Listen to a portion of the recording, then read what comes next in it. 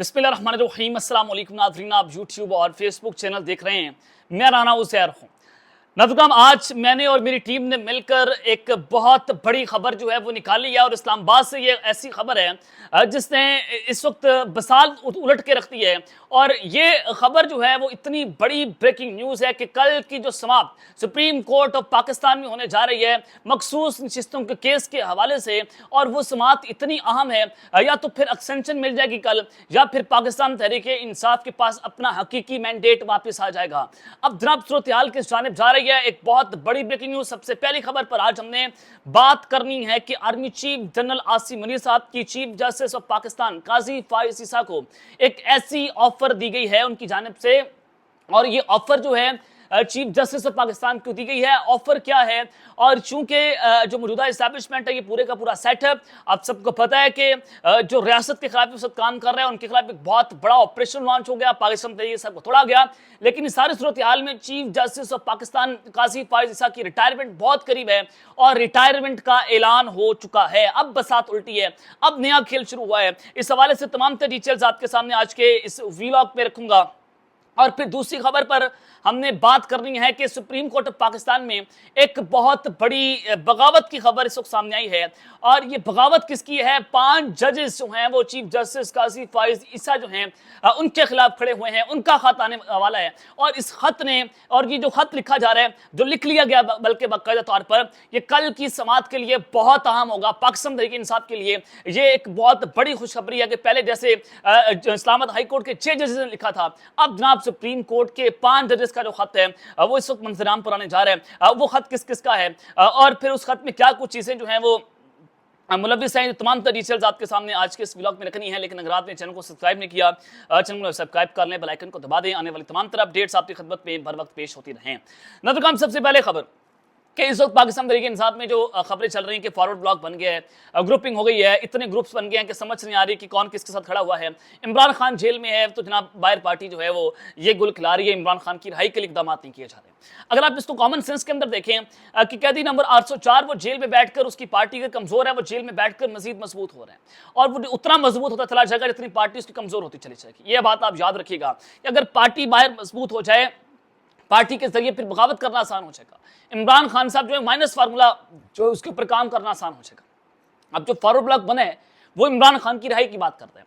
अब जो forward block बने हैं वो पाकिस्तान तहरीक इंसाफ के मंजे और सियासतदान हैं, जिनको जो है वो माइनस किया गया पूरी साजिश के तहत पार्टी के अंदर के कुछ लोगों ने, और उनको सियासत से माइनस करने की कोशिश की। इमरान खान से उनको मिलने की इजाजत नहीं है, तो लिहाजा अब ये बात बड़ी वाज़ेह है कि जितनी पार्टी बाहर कमजोर होगी, इमरान खान के फैसले उतने मजबूत होते चले जाएंगे, इमरान खान साहब उतनी जल्दी अपने फैसलों के ऊपर अमल दरामद करवा सकेंगे। तो ये बात आप बड़ी इसको देखिएगा, और ये बड़ी आम बात है। और अगर आप इसको ये भी देखें कि इमरान खान जो है वो जेल से बैठकर भी एक्शन लेते हैं, और वो एक्शन जो है वो पार्टी की थरथली मचा कर रख देता है।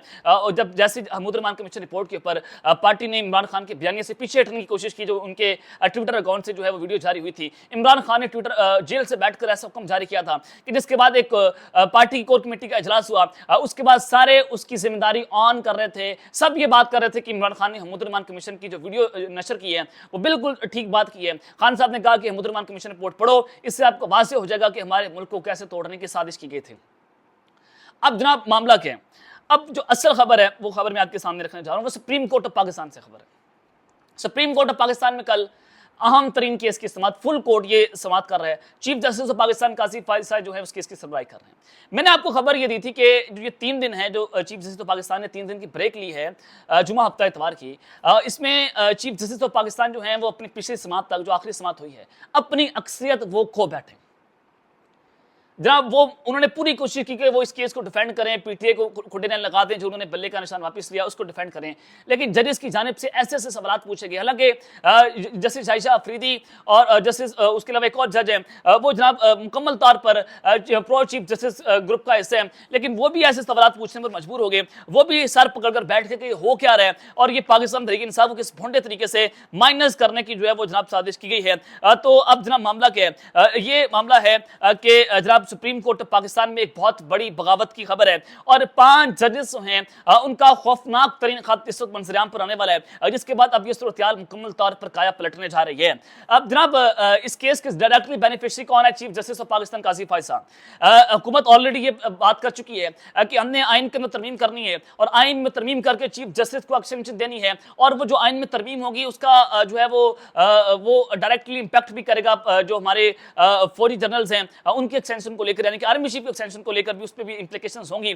तो लिहाजा ये हुकूमत ऑलरेडी ऐलान कर चुकी है, लेकिन चीफ जस्टिस ऑफ पाकिस्तान उस बेंच का ऐसा है जिसमें वो एक बहुत बड़े बेनिफिशियरी हैं कि अगर पीटीआई को ये मखसूस साजिश के तहत नहीं दी जाती और हुकूमत को दे दी जाती हैं तो फिर उनको हुकूमत 2/3 अक्सरियत मिल जाएगी और वो आइन के अंदर तरमीम कर सकेंगे, वगरना वो आइन में तरमीम ये मखसूस चीजें छीने बगैर नहीं कर सकते।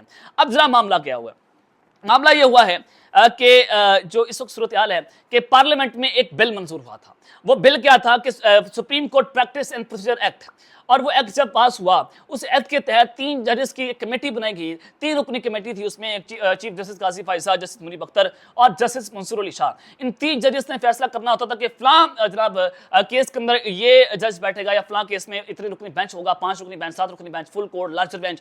इन 3 रुकनी जजेस ने जो है वो फैसला करना होता था। और जो ये मकसूद शिक्षितों केस की समाज चल रही है इसमें 2-1 से फैसला आया कि जो है फुल कोर्ट ये केस सुने, और अब फुल कोर्ट जो है ये केस सुन रहा है। अब मामला ये हुआ है कि 5 जजेस साहिबान जो हैं वो एक खत लिखने जा रहे हैं। जस्टिस अतर मिल्ला का नाम उसमें शामिल है, जस्टिस मुनीब अख्तर साहब हो सकते हैं, और जस्टिस मंसूर अली शाह के अलावा बाकी 2 जजेस भी हैं वो जनाब उसमें जस्टिस आयशा मलिक साहिबा हो सकती हैं। कि 5 जजेस ऐसे हैं जो खत लिखेंगे सुप्रीम कोर्ट के प्रोसीजर एक्ट के तहत जो कमेटी बनाई गई है 3 रुकनी कमेटी जजेस की, उनको ये खत लिखा जाएगा।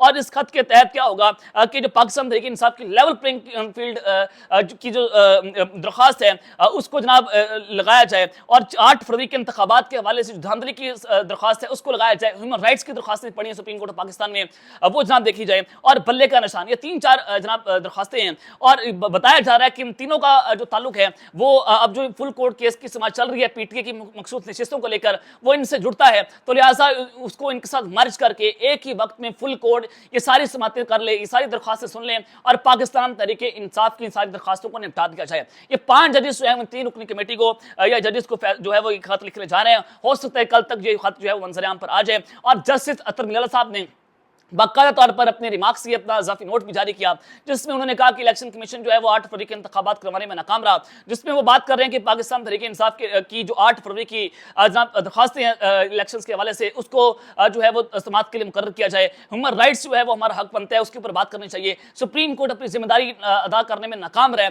जस्टिस अतर मिल्ला साहब जो है बार बार इस केस की जो है इसके ऊपर बात कर रहे हैं। तो अब ये 5 जजेस जो है वो खतरे लिखने जा रहे हैं, जिसके बाद चीफ जस्टिस ऑफ पाकिस्तान काजी फायज साहब जो है उनकी एक्सटेंशन खतरे में पड़ती चली जा रही है। ये जरा मामला है जो मैंने आपके सामने रखा है कि सुप्रीम कोर्ट में एक बहुत बड़ी बगावत है। पहले इस्लामाबाद हाई कोर्ट के 6 जजेस ने खत लिखा टेरियान वाइट केस के हवाले से, जब उनको दबाव डाला गया कि वो आप चीफ जस्टिस आमिर फारूक के साथ खड़े हों और आप जो है वो टेरियान वाइट केस में इमरान खान के खिलाफ ऐसी सजा दें, ऐसा घटिया केस था, लेकिन 6 जजेस ने इस्लामाबाद हाई कोर्ट की उन्होंने दबाव मानने से इनकार कर दिया था।